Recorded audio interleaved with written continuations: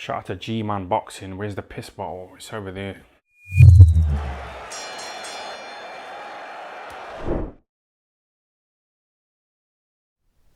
Alright people, review of the week time.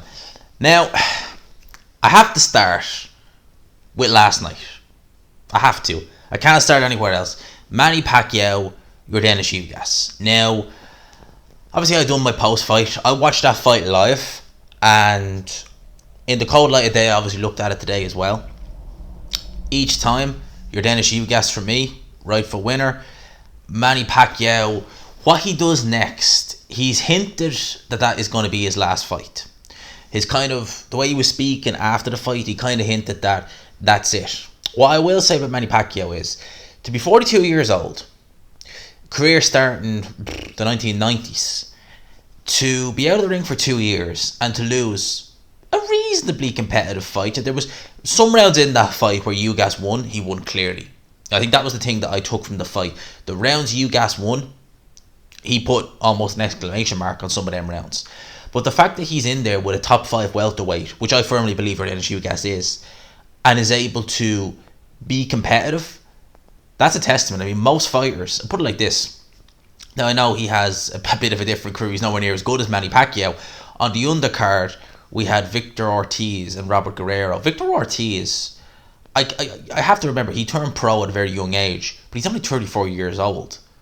Manny Pacquiao is 8 years his senior, and to be able to cut it at world level still, and for him to be absolutely shot to pieces, he was shot to pieces years ago. Even still, it's a testament to Manny Pacquiao, the fighter he is. On the commentary, because I watched this on the Sky commentary, Adam Smith said there won't be another Manny Pacquiao, and I agreed. I don't think there ever will be. Some people have been saying that if he does have another fight, who would it be against, or would he want to just go out one more fight in the Philippines against someone lesser, but still maybe a name to an extent? So I seen people mention McGregor. It'd make him a lot of money, do good numbers. He beat the crap out of McGregor, but I don't know. A name that Chris Andre mentioned in his post fight was Robert Guerrero, who obviously won on the undercard. I'll touch on that now in a sec.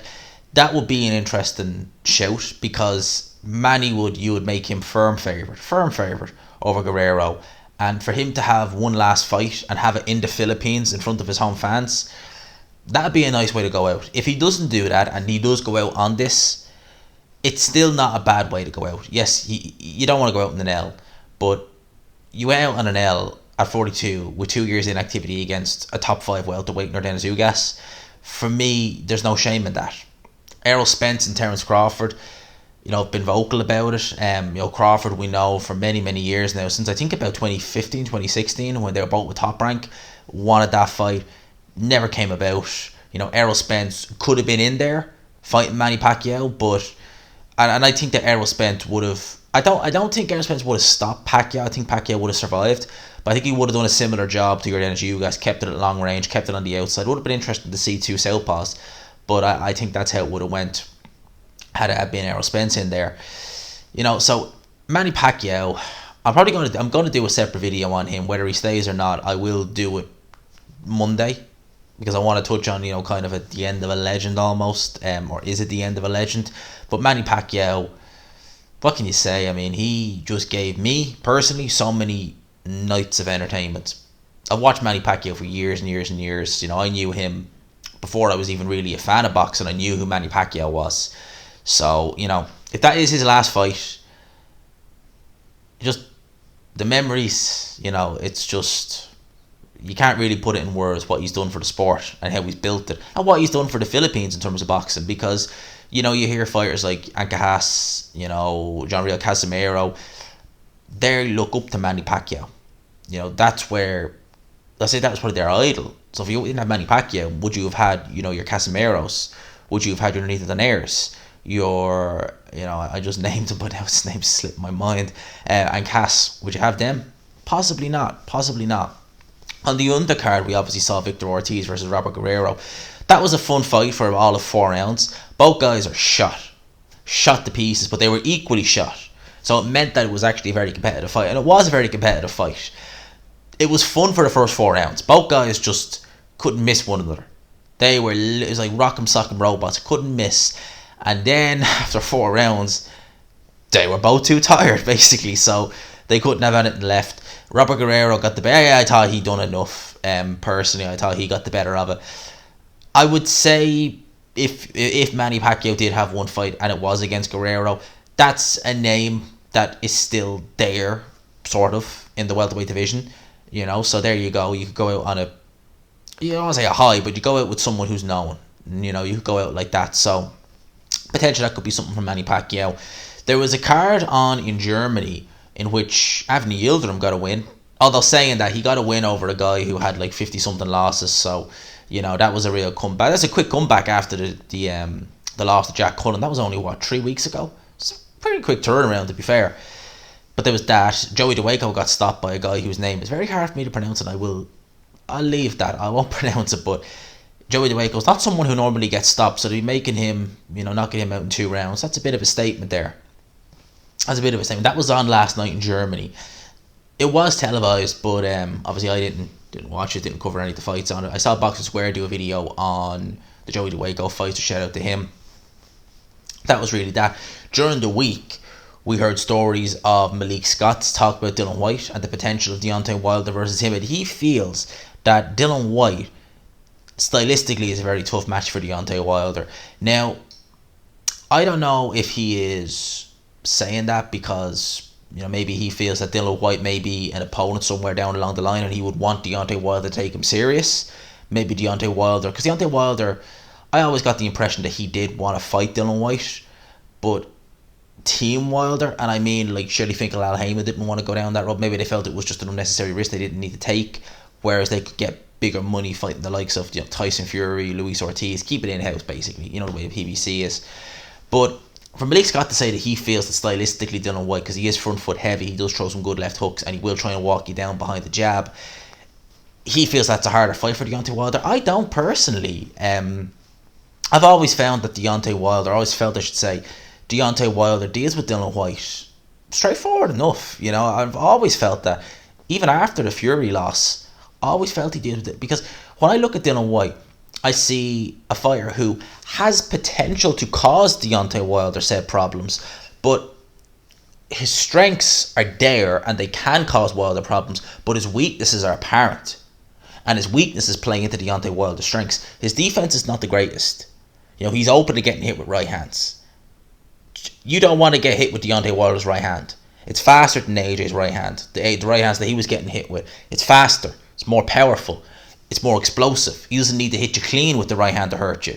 Even a grazing shot with the right hand could hurt you. And I think that Dylan White, even before the Povetkin knockout, but now more so after the Povetkin knockout, getting hit by Deontay, walking onto a shot from Deontay Wilder, it's going to cause you some serious problems. And I think that he would walk onto something sooner than Deontay Wilder would.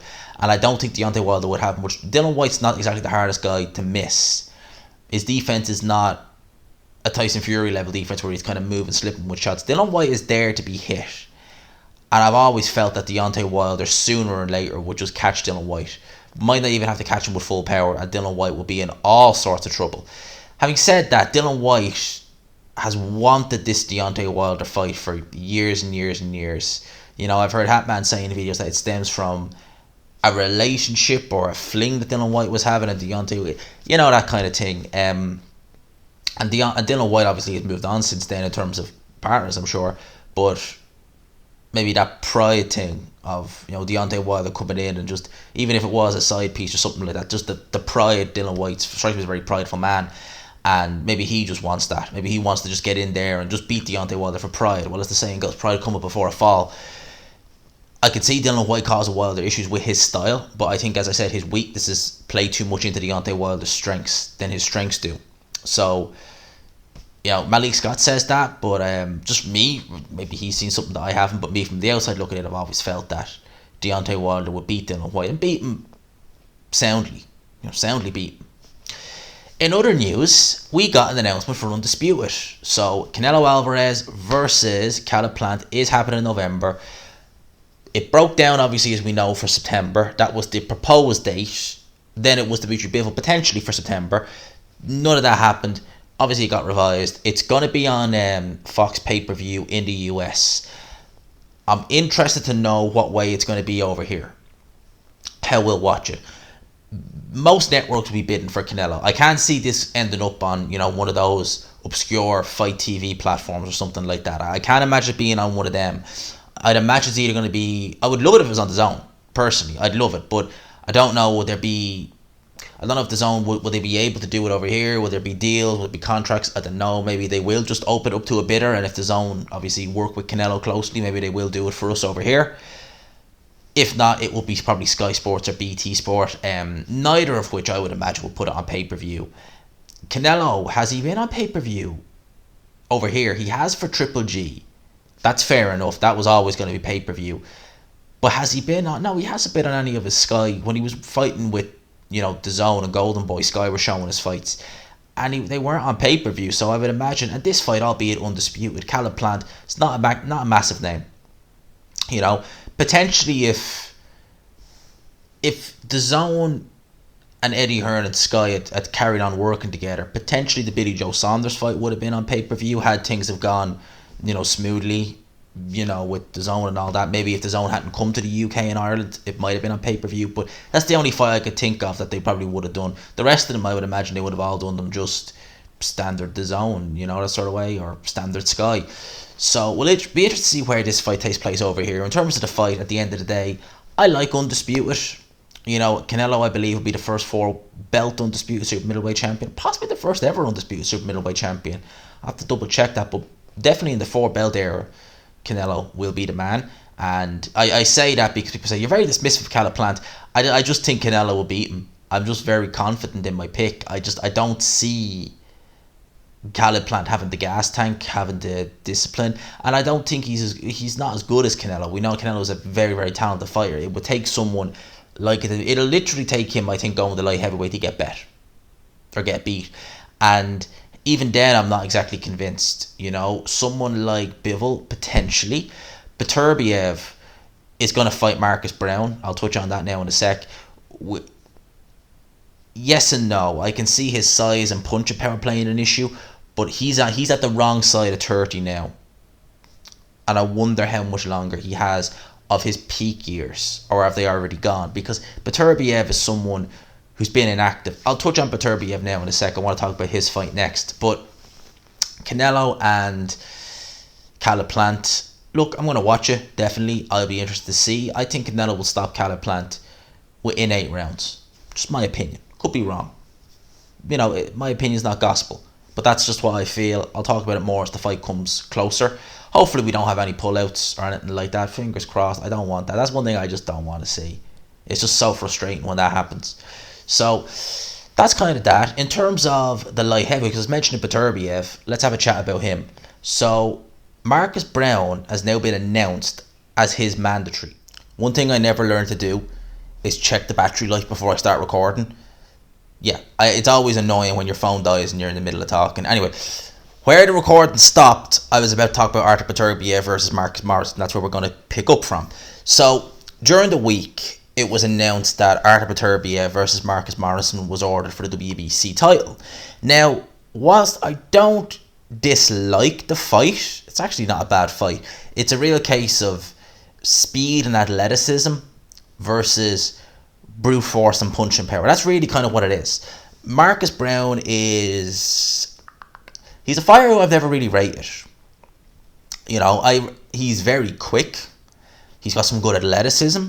Can box a bit.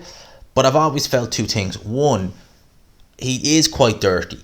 If you've ever watched Marcus Brown, he does do a lot of fouls. It's been something that you see throughout his career. He's always been between hitting people, when they're down, low blows, head, but he does cause a lot of fouls. He is quite a bit dirty. And another thing about Brown is I've never, ever, ever had faith in his chin. And I don't think he does either. Because Brown is shown to have decent power, decent speed, decent athleticism, decent boxing skills.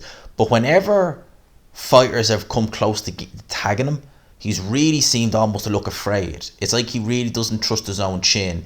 And you could see that in some of the fights where he's been dropped. and especially against Jean Pascal. Now, if you have any punch resistance issues, going in there against someone like Beterbiev, it's really going to show. Really going to show. I think it's actually a good fight.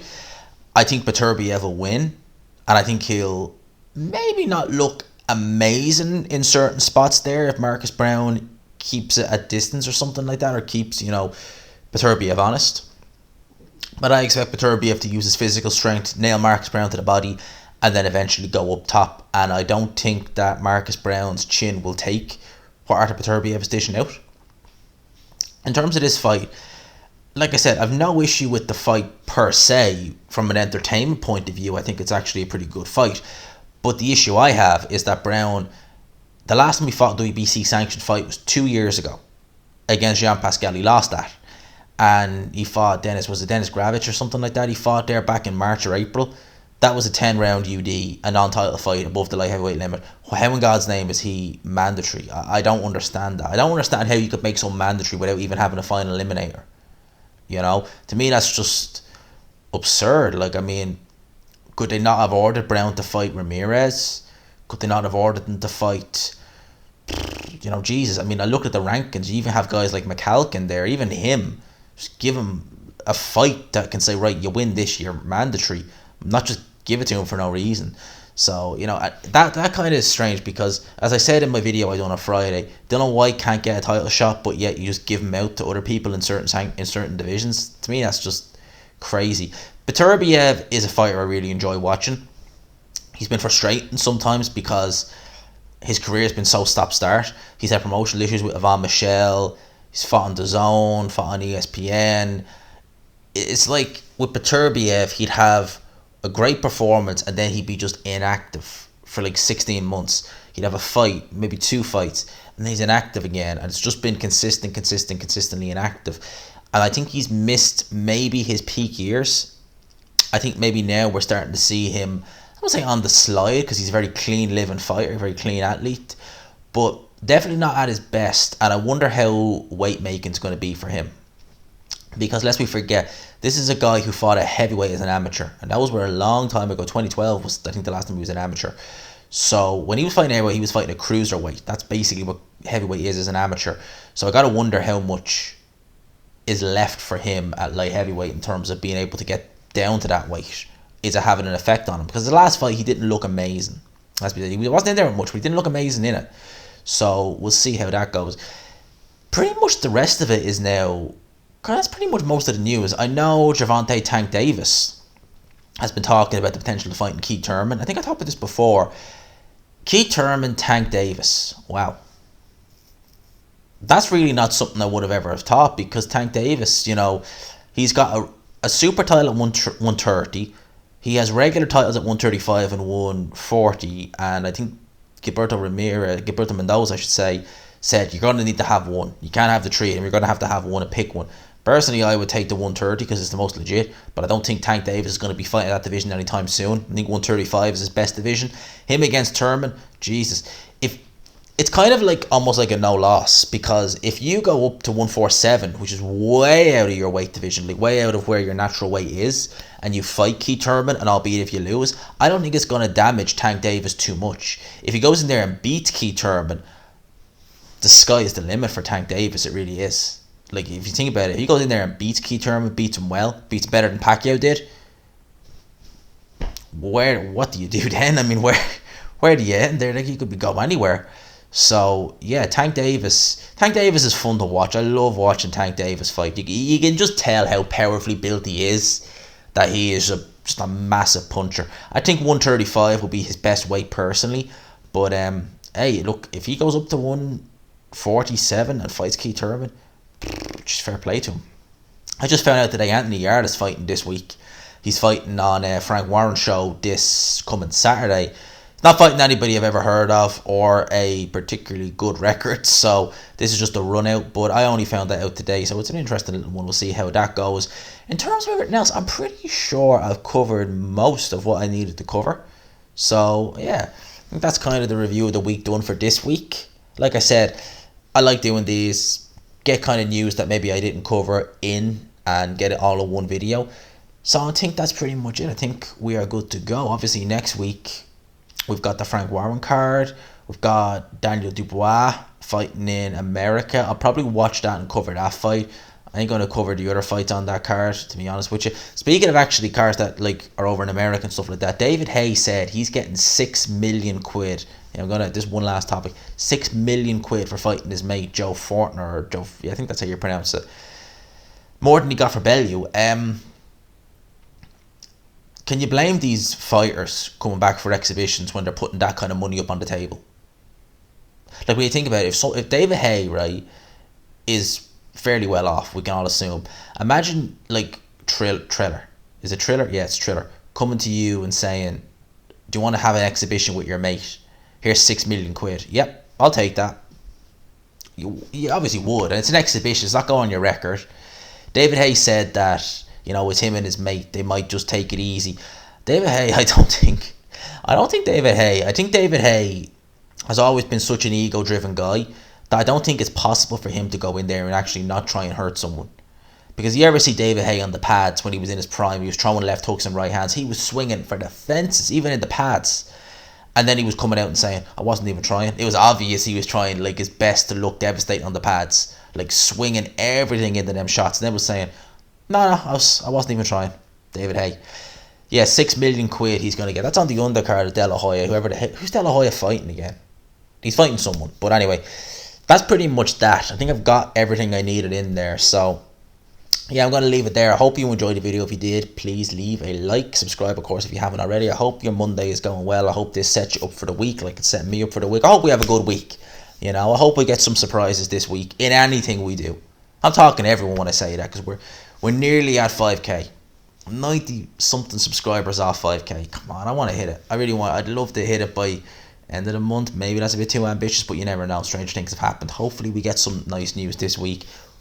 Anyone gets nice news this week in whatever you do. For now, lads and lassies, I'll talk to you. Peace.